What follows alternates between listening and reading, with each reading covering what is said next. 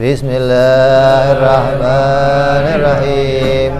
Nawaitu ta'alluma wa ta'lima wa tadhakura wa tadhkira wa naf'a wal intifa'a wal ibadata wal istifadata wal hisalata masuki bi kitabillahi wa sunnati rasulillah sallallahu alaihi wasallam wa du'a ilal huda دلالة على الخير ابتغاء مرضاته وقربه وثوابه حسن الخاتمة مع لطف العافية وصلاح العاقبة.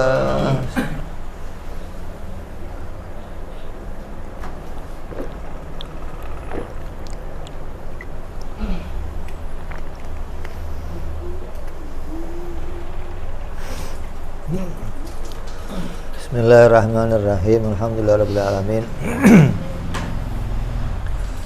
Salatu wassalamu ala asyrafil anbiya'i wal mursalin sayyidina wa habibina wa syafi'ina wa maulana Muhammadin wa ala alihi wa sahbihi ajma'in. Amma ba'du. Qala musanniful kitab rahimahullah, nafa'ana bihi wa bi'ulumihi fid dharain. Allahumma aftah qulubana futuhal arifin wa bihidmatika wansur alaina birahmatika ya arhamar rahimin. Ila anqal, masih dalam pembahasan barang-barang yang wajib dizakati. Yang kemarin kita sudah bahas tentang peternakan terus emas dan perak. Yang ketiga akan bahas tentang pertanian. Wa na'u tsalitsu al-mu'asyarat. Yang ketiga adalah perkara mu'asyarat, segala yang berurusan sama tanaman. Wahia an-nawabitu syamilah li syajarati wa zar'i, yaitu tumbuh-tumbuhan yang mencakup kepada pohon hasil ladang ataupun persawahan, urusannya tanaman. Wala zakata fi syai'in illa fi rutabin wa inabin wa ma saluha lil iktiyati minal hubub. Dan tidak wajib mengeluarkan zakat pada sesuatu pun dari tanam-tanaman kecuali kurma yang matang, anggur, dan segala sesuatu yang layak dijadikan bahan makanan pokok dari jenis biji-bijian.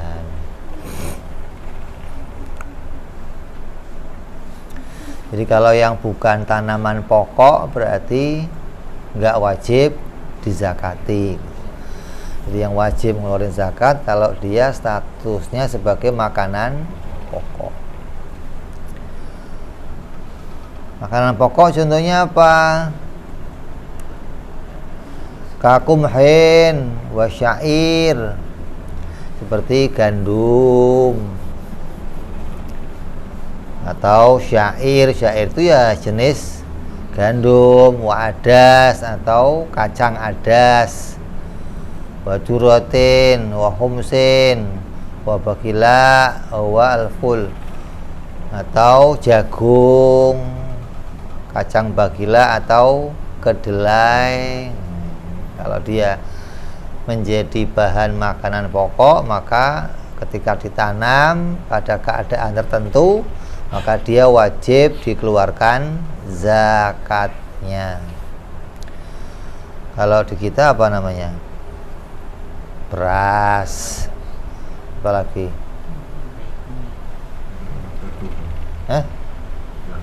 Sagu.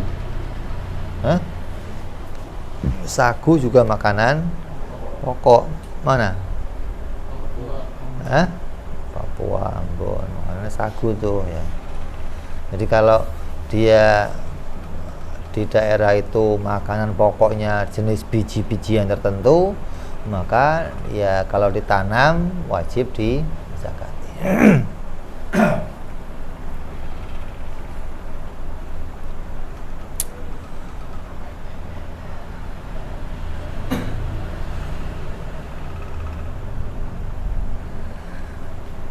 Wa in kana ma yasluhu lil iqtiyati, walaupun keadaan sesuatu itu lil iqtiyati yakulu yukalu, dan layak untuk dijadikan makanan pokok, nadhiron kathamrotil baluti al musammati bisamrotil fuadi wa ya tusbitul balagh. Walaupun dia perkara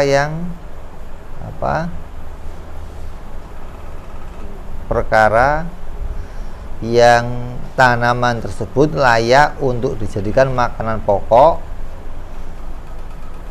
dan pengkonsumsiannya itu jarang gitu loh. Ya walaupun dia jarang dikonsumsi, kalau statusnya memang makanan pokok, tetap ketika ditanam dia wajib dizakati. Seperti buah balut yang ditanam dengan buah hati, apa itu? Yaitu buah seperti menyerupai buah korma.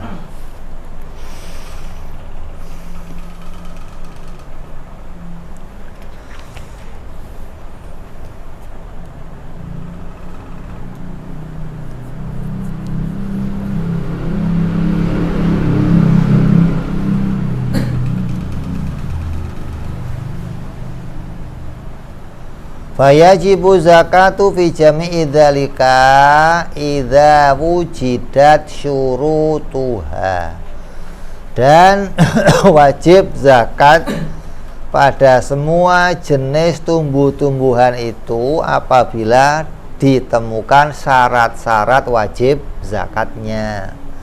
Jadi bukan kalau sudah nanam harus zakat, enggak, ada syarat-syarat tertentu yang mana dia wajib mengeluarin zakat. Bi khilafi ma yu'kalu tanah umat kasyukar wal tin wal mismish wa tufah wal bun.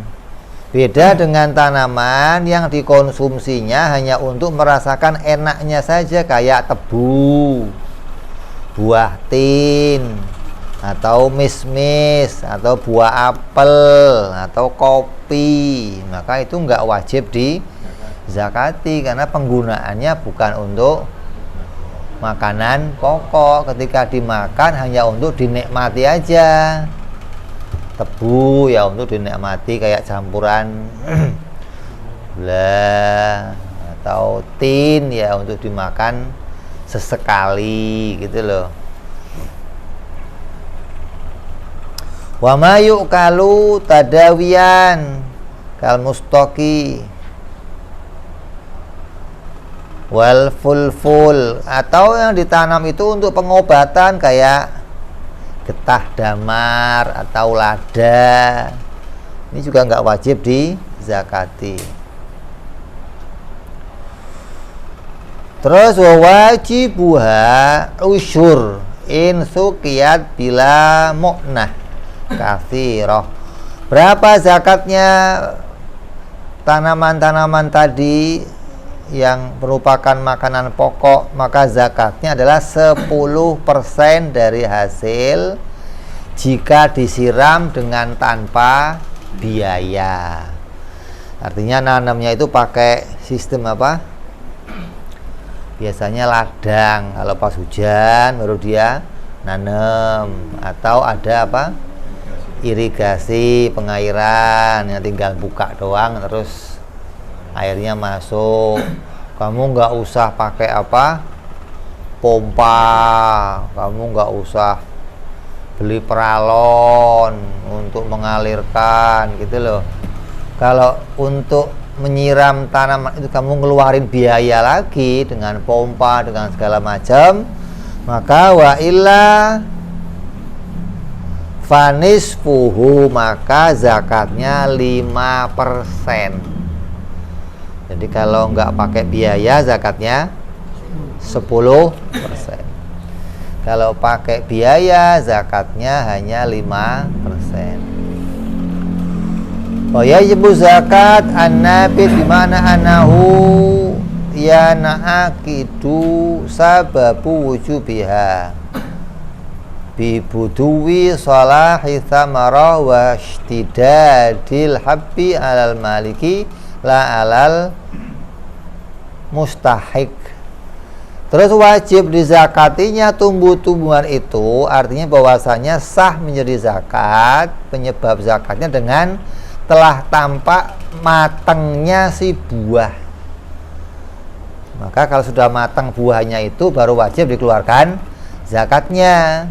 Dengan telah mengeras bijinya menurut pemilik, bukan menurut penerima zakat. Kadang yang terima zakat ngeyel gitu loh. Lu zakat keluarin dong. Belum matang bro, enggak, pokoknya keluar zakatnya. Jangan ngeyel yang terima zakat gitu loh. Yang terima zakat nurut aja, wong barangnya belum mateng gitu loh. Kalau mau ngikutin yang terima zakat, ya hatta belum mateng gitu. Hitung aja. Yang penting ente keluarin zakatnya gitu. Wala fi mali zakati li anna haqqal mustahiq innama huwa fil khalisil jaf. Dan tidak pula berdasarkan pada harta zakat, karena sungguhnya hak penerima zakat hanyalah sesuatu yang murni dan dia sudah keadaannya apa? Kering.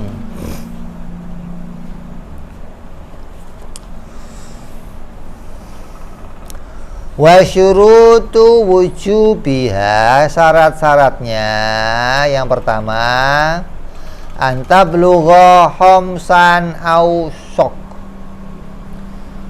tahdidan wa ya alfun wasittu mi'a ridlin bagdadiyah idil wasok situna so'an wa majmu'ul khamsati salatu mi'atin so'. Berapa jumlahnya hasil panen yang harus dizakati? Jumlahnya 5 sok. 5 sok itu 5 wasok itu 5 wasok itu kalau mau ditimbang kurang lebihnya 810 kilo. Berarti seton kurang 2 kintal. Secara penentuan dengan 1.600 ritel Baghdad, 1 wasok itu sama dengan 60 sok. Maka kalau 60 sok kali 5 berapa? 300 gitu. 300 sok yang harus dizakati. Jadi 5 wasok sama dengan 300 sok. Wasa'u arba'atul amdad. Dan yang namanya 1 sok itu sama dengan 4 mud. Fayakunu an-nisabu alfi muddin wa mi'atain muddin. Berarti kalau dijumlah semuanya berapa nisabnya itu? 1.200 mud. Atau 300 sok atau 5 wasok. Di total nih kalau pakai hitungan kiloan jadinya 810 kilo. Kalau sudah jumlah itu maka dia wajib mengeluarkan zakatnya. Jumlah zakatnya berapa? 10% kalau nggak ada biaya. Kalau pakai biaya 5%. Yang kedua, syarat yang kedua, wa tamamul milki wa in lam yubashir al maliku wala naibuhu zira'atah. Yang kedua syaratnya apa? Sempurna kepemilikannya meskipun pemiliknya tidak mengurus langsung dan tidak juga wakilnya akan pertanian tanah tersebut. Jelas tanaman itu milik dia gitu loh. Walaupun ngurusnya itu mau diwakilkan atau enggak diurus, itu tanah dia, tanamannya dia yang menghaki, maka wajib dizakati. Contoh, ka'an waqa'al habbu binafsihi fi yadil maliki inda hamlil hulati matalan. Ketika seperti biji itu terjatuh dengan sendirinya dari tangan pemiliknya ketika sedang memotong hasil bumi. Lagi manen nih, lagi manen, tiba-tiba biji-biji yang dipanen itu jatuh terus tumbuh. Berarti nggak sengaja, tapi jelas itu milik dia, tanahnya tanah, maka wajib dizakati. Itu jelas kepemilikannya gitu loh. Atau bilfa'i nahwi toirin ka'an waqa'at al-asafir ala sanabil fatana sarol habbu wa nabata. Atau seperti biji itu dilempar oleh burung, dibawa burung jatuh, bawa burung jatuh hingga di atas biji-bijian padi itu, lalu bijian itu tersebar dan tumbuh di tanah kamu, maka wajib dizakati karena jelas kepemilikannya gitu loh. Fayajibu zakatu fi dzalika in balagha nisaban, maka wajib mengeluarkan zakatnya di tanaman seperti itu jika telah mencapai nisab. Nisab itu hitungan 810 kilo ketika panen. Wa kharaja bidzalikal milku ma nabata min habbin hamiluhu sail min daril harbi ila ardina ghairil mamlukah li ahadin, kecuali ada banjir, terus banjir itu bawa biji-bijian, begitu kering tumbuh di suatu tanah yang tanah itu enggak ada pemiliknya, walaupun itu banyak, maka ya enggak ada yang wajib ngeluarin zakat. Adalah tanah siapa, yang nanam siapa, oh yang, maka yang begitu enggak wajib ada yang ngeluarin zakat. Kalau begitu hasil yang dari tanaman seperti itu kemana? Fala zakata fihi li'annahu fa, maka enggak wajib dizakati karena harta itu akan masuk harta fa atau hartanya orang muslim, masuk ke baitul mal, nanti dibagikan kepada orang muslim. Wa amma law kanat mamluka fayamlikuhu man nabata bi ardihi. Adapun jikalau tanah itu dimiliki, maka pemiliknya adalah pemilik yang tanaman itu tumbuh di atas tanahnya.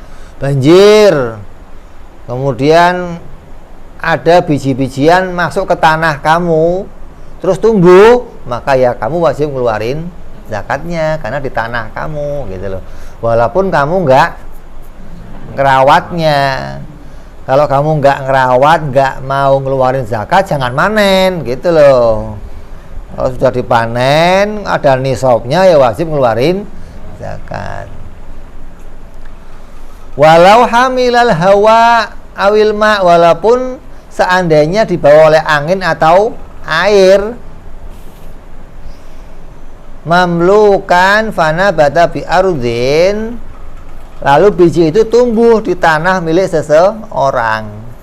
Fa in a'radha anhu malikuhu fa wali sahibil ardi wa alai zakatah. Maka jika pemilik biji berpaling dari biji itu, maka pemilik tanah itu wajib ngeluarin zakat. Kamu punya sawah, ada burung-burung bawa bijinya, jatuh ke tanahnya orang lain. Di situ nggak ada yang nanam pohon kayak kamu nih, umpamanya kok tumbuh, berarti sumber dari mana? Dari tanaman tadi. Terus kamu ngomong nggak bisa, itu punya saya. Maka kamu bisa memanennya dan mengeluarkan zakatnya. Tapi kalau kamu anggap udah biarinlah, di tanah orang ini bukan tanah saya, maka si pemilik tanah yang wajib ngeluarin zakat, gitu loh. Tapi kalau kamu sebagai pemiliknya menganggap oh nggak bisa, ini bibitnya dari saya, maka kamu harus ngeluarin zakat dan bayar sewanya tanah itu sekalian. Itu kan tanahnya punya orang, walaupun bibitnya bibit kamu. Ketika kok nempel di tanahnya orang, maka ketika kamu mau menghai tanaman itu, kamu mau ambil hasil panennya, maka kamu wajib ngeluarin zakat dan bayar sewa tanah tersebut.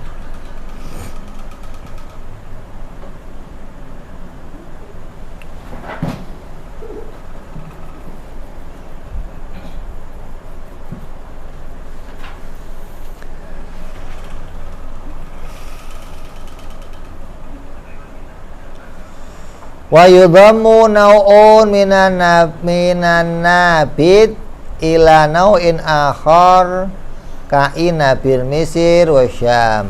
Dan dapat digabungkan satu macam dari tanaman kepada satu macam yang lain seperti anggur Mesir sama anggur Syam. Jadi kamu nanam di satu ladang nih. Oh, panennya yang anggur ini sedikit, anggur ini sedikit, nggak sampai nisab, maka itu boleh digabungkan. Jika jumlahnya udah nisab, ya wajib ngeluarin zakat, walaupun beda beda nama barangnya, tapi jenisnya sama-sama anggur umpamanya. Wa inabi wa bi khilafi ikhtilafil jenis, beda dengan yang jenisnya beda, gitu loh. Kalau jenisnya sama, maka boleh dikumpulkan. Kalau jenisnya beda, maka ya masing-masing. Kalau masing-masing nggak lengkap, nggak sesuai nisabnya, ya berarti belum dizakati. Wa yaruju zakatu inda ikhtilafi nau'i min kulli anwa'in biqistihi in tayassar. Dan zakat dikeluarkan ketika berbeda-beda jenis dari setiap jenis-jenis itu dengan pertimbangan yang seimbang, yang adil dan mudah dilakukan. Kok macam-macam isinya? Kamu satu sawah nanamnya ada anggur, ada kurma, ada padi, ada komplit kamu tanam semua momennya. Maka hitungannya bagaimana? Ya dicari yang seimbang, yang mudah dihitung, yang adil, gitu aja. Jangan saya mau nggak wajib zakat, padahal hasilnya artinya semuanya panen semua walaupun nggak sampai nisab. Maka bisa diperhitungkan dengan cara yang baik. Wa in asura, kalau sulit likasratil anwa, karena banyaknya jenis yang ditanam, wakilati mikdarin, dan sedikitnya ukuran beratnya masing-masing, kulli minha ukhrijal wastu la aghlalan wala adnaha, maka dikeluarkan ukuran berat pertengahan, bukan yang terlalu tinggi dan bukan yang terlalu rendah. Oh, yang ini panennya 400 kilo, yang ini 50 kilo, yang ini ya dihitung aja kira-kira yang pantas dizakati seberapa, gitu loh. Artinya kalau ditotal semuanya nih udah lebih dari nisab, gitu loh. Ada lagi wazar al-amin wa huwa itsna asyar syahran tudamman in waqa'a hasaduhuma fi amin wahid. Kalau ada 2 kali panen, ada enggak setahun 2 kali panen? Banyak. Sekarang padi aja berapa kali? Ya. 2 kali panen. Artinya ketika 2 kali panen dalam setahun, maka bisa saja dikumpulkan, bisa dihitung,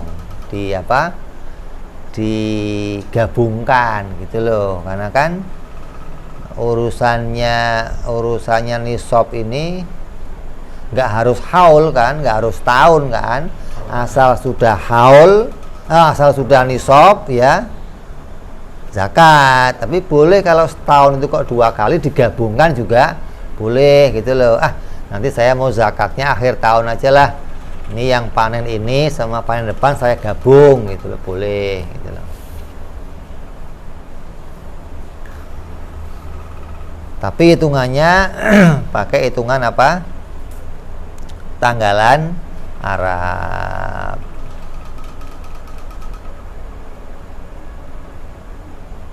Ada yang panennya setahun, buahnya setahun 2 kali, bukan panennya, bukan, berbuahnya setahun 2 kali. Saya nanam awal tahun, buah pada bulan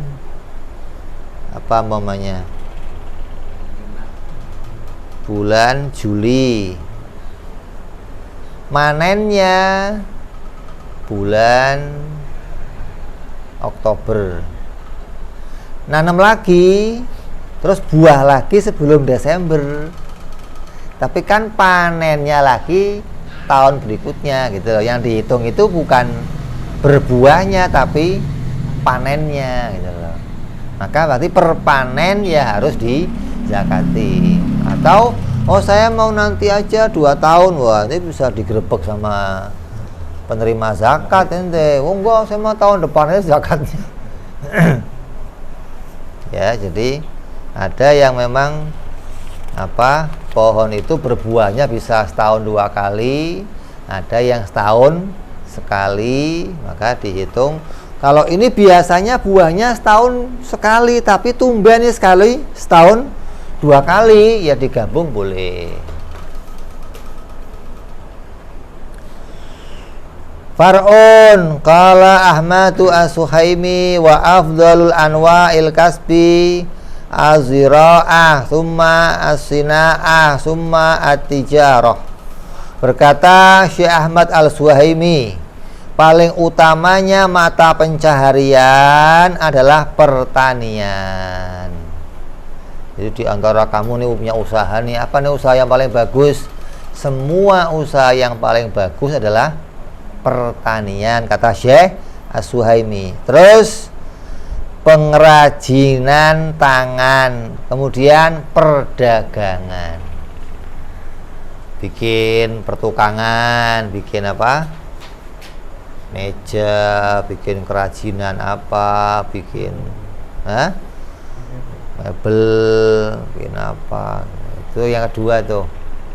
Nanti kamu motong kayu, motong rotan kayak dibikin sesuatu. Atau perdagangan, dagang itu ya jual beli apa saja gitu loh. Ini dari sekian banyak mata pencaharian, ini yang terbaik. Yang pertama pertanian, terus pengrajin, terus dagang.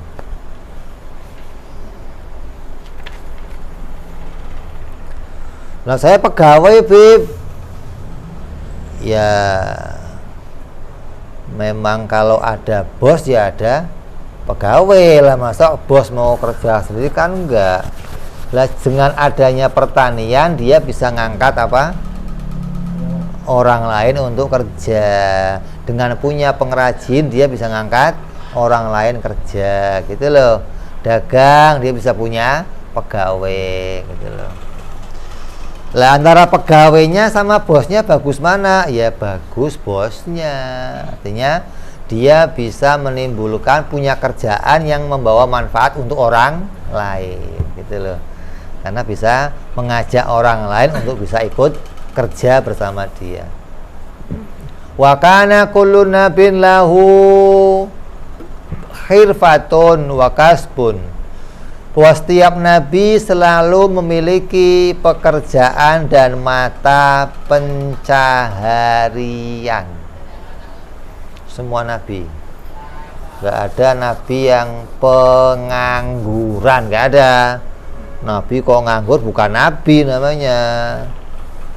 Hah? Nabi kok leyeh-leyeh doang. Bukan nabi namanya. Wa kana Adamu zarra'an wa allahu wa awwalu sun'atin umilat al wajil hardi hartu wa awalu man harasa Adam alaihissalam. Maka Nabi Adam adalah petani yang pertama ada. Manusia pertama Nabi Adam, ya berarti yang pertama Nabi Adam yang bertani. Dan pekerjaan yang pertama dilakukan di muka bumi ini adalah mengolah tanah pertanian. Dan orang yang pertama mengolah tanah adalah Nabi Adam. Belajar di mana Nabi Adam itu? Sekolah pertanian di mana Nabi Adam? Kok tahu-tahu bisa nanam? Wa allamal Adamal asma'akullah. Nabi Adam itu dikasih ilmu sama Allah tentang segala sesuatu.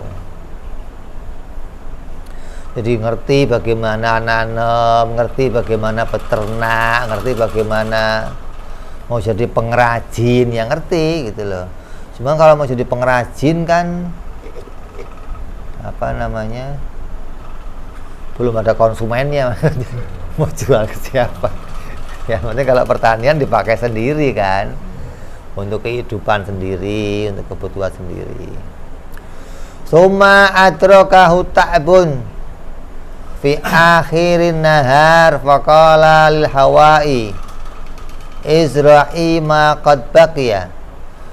Kemudian ketika dia merasa fisik beliau itu letih pada sore hari, maka beliau bersabda kepada Ibu Hawa, tanamilah olehmu sesuatu yang masih tersisa itu.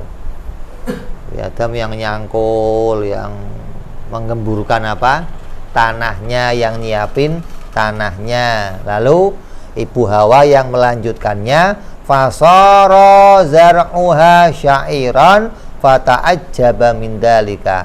Maka Ibu Hawa menanami tanah itu dengan gandum syair, maka terheran-heranlah Nabi Adam dengan hal tersebut. Wa auhallahu ilaihi lamma ata'at al-addu wal musyir wa syaitanu badaltu lahal qamha bisyair. Lalu Allah mewahyukan kepada Nabi Adam tatkala Ibu Hawa telah mentaati sang suami dan sang penunjuk kesesatan yaitu setan, maka aku mengganti untuk Hawa biji gandum dengan biji gandum qamhun dengan biji gandum syair. Artinya yang ditanam itu bijinya gandum siapa? Qamhun, tapi tumbuhnya gandum syair. Ini jenisnya jenis gandum tadi. Ada beberapa jenis gandum. Wakila lama ahbata Adamu fil hindi istadda bihil ju'. Dan diceritakan dalam riwayat tatkala Nabi Adam diturunkan di tanah India, maka dia merasakan lapar. Yang di dunia ya lapar, waktu di akhirat nggak pernah ada rasa lapar. Ketika turun, Nabi Adam mulai merasakan lapar. Waja'ahu Jibril bithaurain wa ahmarain wa salasi habbatin minal hintah. Lalu Jibril alaihissalam mendatangi beliau dengan membawa 2 sapi jantan berwarna kemerahan dan 3 biji gandum hintah. Tuh, dibawain bibitnya nih, gitu loh. Faqalallahu laka hanna habbatani wal hawai habbatun wahidatun fasara lidzakari mithlu haddil unsayain. Maka kata malaikat Jibril, untuk kamu 2 biji dan untuk Siti Hawa 1 biji. Maka jadilah bagian pemilik orang laki-laki sama dengan 2 bagian pemilik wanita, itu 1 bagian. Artinya warisnya jadi laki dapatnya 2, perempuan dapatnya 1. Artinya Ibu Hawa itu juga nanam gitu loh. Nabi Adam nyangkul, udah ditanam, sisa tanah yang belum ditanam Ibu Hawa yang nanam. Nabi Adam nanam dari dua biji-bijian yang diberikan, Ibu Hawa nanam dari 1 biji-bijian yang diberikan. Kullu habatin wa sunuha mi'atu alfin dirhamin wa thamanu mi'ah dirhamin fazaro'a wa hasada wa talaha wa habaza fil arba'i sa'ah. 1 biji hito itu timbangannya sama dengan 330 kilo. Lalu Nabi Adam menanam biji tersebut dan memanen, dan beliau membuat tepung dan membuat roti selama 4 jam. Ditanam, panen, dibikin roti lah itu 4 jam patang itu.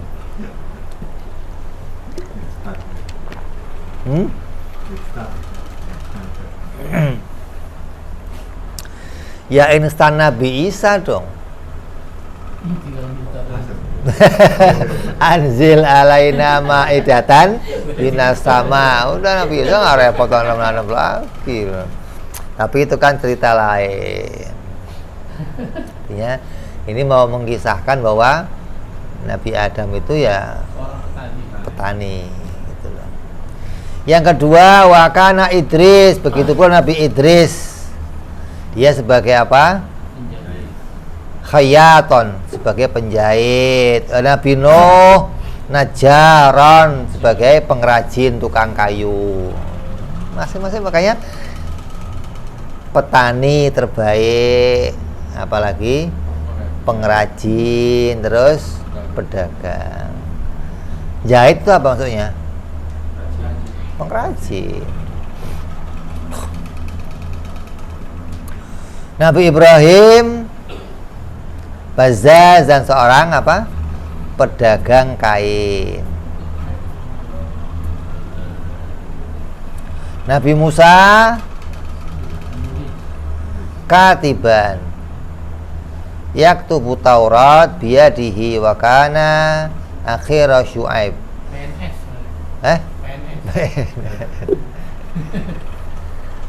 Beliau adalah penulis, maka beliau menulis Taurat dengan tangan sendiri, dan beliau menjadi apa? Sebagai pegawainya Nabi Syuaib alaihissalam.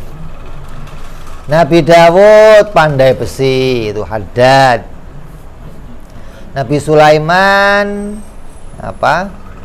Menganyam kaus, yaitu daun-daunan dari kurma. Apa itu jadinya apa? Tikar gitu loh, kasur. Wa kana nabiyuna Muhammad sallallahu alaihi wasallam yabi'u wa yashtari binaqdin wa nasi'ah. Nabi Muhammad sallallahu alaihi wasallam beliau menjual dan membeli dengan cara tunai dan cara tempo. Jadi ngajarin cash dan kredit. tapi nggak pakai bunga. Jadi semua nabi melaksanakan itu semua gitu loh. Wa yahmilu mashtarahu ila baitih, dan beliau senantiasa membawa barang yang dibelinya sampai ke rumah beliau. Wa yaqulu ba'i'uhu lahu u'tini ahmiluh, maka pernah seorang penjual barang tersebut berkata kepada beliau, berikan barang ini kepadaku, aku akan membawanya. Wa yaqulu sahibu syai' aula bihamlih, lalu beliau bersabda, pemilik sesuatu lebih utama untuk membawanya. Lakinnya asyra'u ba'dal bi'tsati aghlab, akan tetapi pembelian setelah pengutusan beliau menjadi rasul adalah lebih dominan atau lebih sering dilakukan. Wa ba'dal hijrati lam yahfadil bai' wa amma syira'u fakathiran. Dan setelah hijrah beliau tidak menjaga atau meneruskan usahanya jual beli. Adapun pembelian maka banyak dilakukan oleh beliau. Nabi nggak pernah jual lagi, tapi yang ada beli, kasih gitu. Kalau dulu beli, jual. Setelah hijrah beli, kasih. Udah nggak jual beli lagi maksudnya.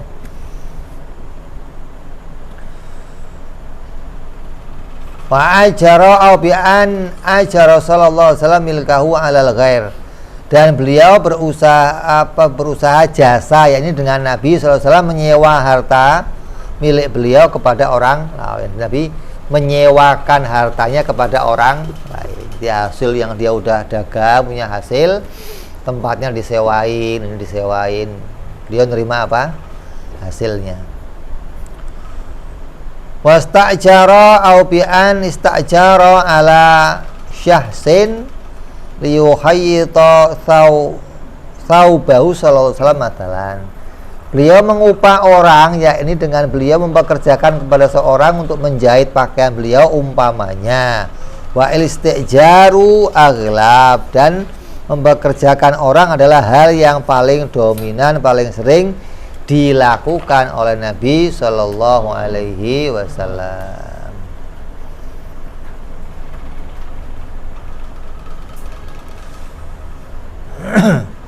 Dan Nabi pun pernah mempekerjakan dirinya, artinya untuk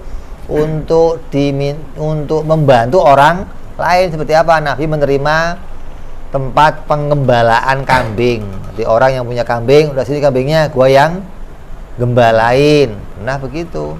Atau Nabi kepada Siti Khadijah pernah bawa barangnya Siti Khadijah.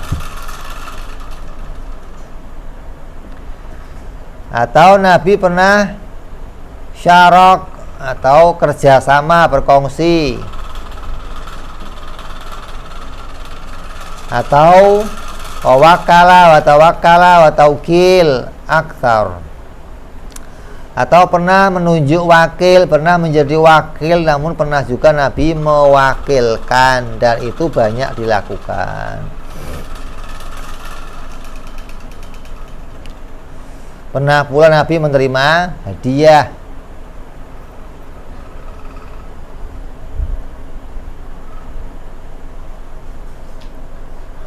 Nabi juga pernah menerima hibah. Nabi juga pernah menerima akad simpan pinjam.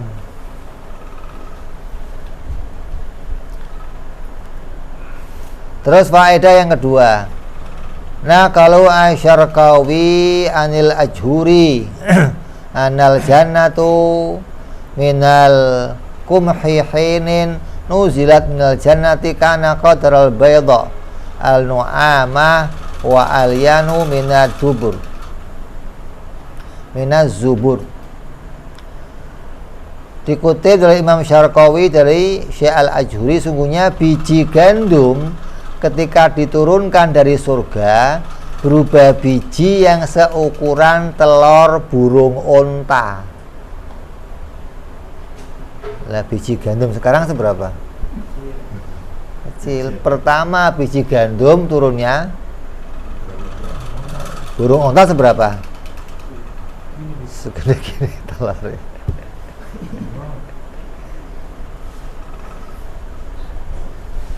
Dan lebih halus daripada mentega.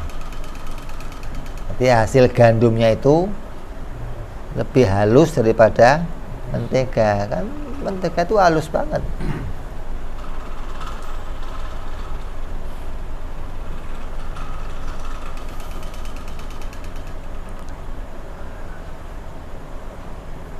Apa itu mentega? Mentega itu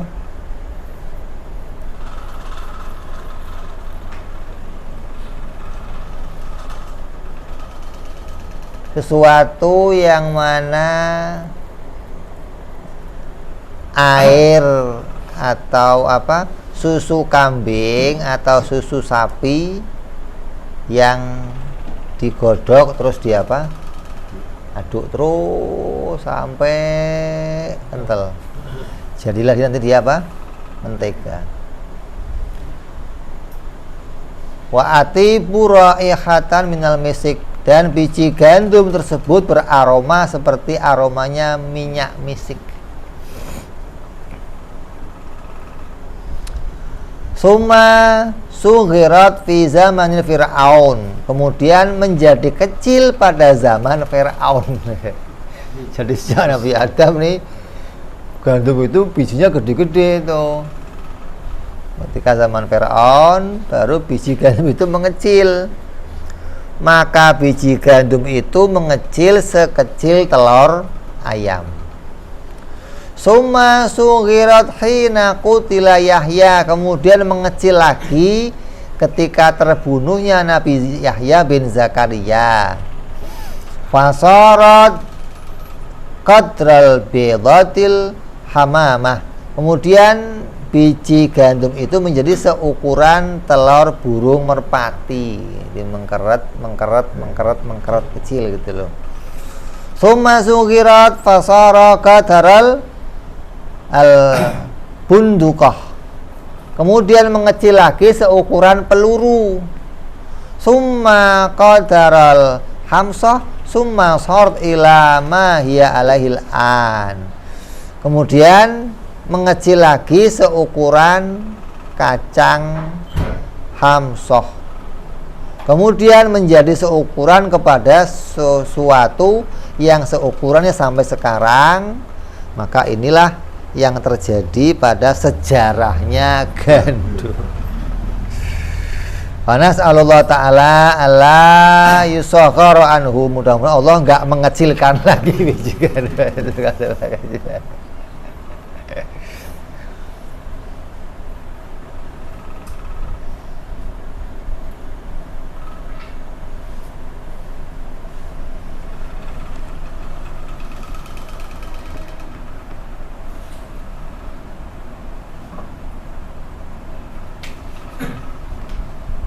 Satu biji gandum yang diambil dari surga itu kalau ditimbang beratnya 660 kilo.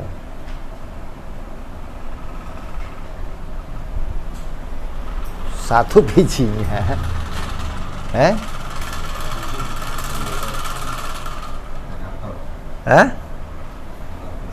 adalah satu hintoh. Di surga itu beratnya adalah 660 kilo. Inilah yang benda-benda yang wajib dizakati dari benda apa pertanian. Terus yang keempat adalah amwalut tijarah, insyaallah yang akan datang. Wallahu a'lam bishawab. Ila hadratin Nabi, Al-Fatihah. A'udzu billahi minasyaitonir rajim. Bismillahirrahmanirrahim. Alhamdulillahirabbil alamin arrahmanir rahim maliki yaumiddin. Iyyaka na'budu wa iyyaka nasta'in ihdinas siratal mustaqim صراط الذين أنعمت عليهم غير المغضوب عليهم ولا الضالين آمين. يا ربنا اعترفنا بأننا اقترفنا فأننا أسرافنا لا ضاع إشرافنا فتوب تغسل كل حوبة واستر لنا عوراتي وأمن روعاتي واغفر لدينا ربي ومولودينا والآل والإخوان وسائر الحلان وكل ذي محبة أو جيرة أو صحبة المسلمين أجمع فضلا وجودا منا لا باكتساب منا في المصطفى رسولي نضى بكل سولي صلى ربي عليه عند الحب وآله وصحبه عدد تعزي صحبي الحمد لله في البدء والتناهي سبحان ربك رب العزة عما يصفون سلام على المرسلين الحمد لله رب العالمين. Assalamualaikum warahmatullahi wabarakatuh.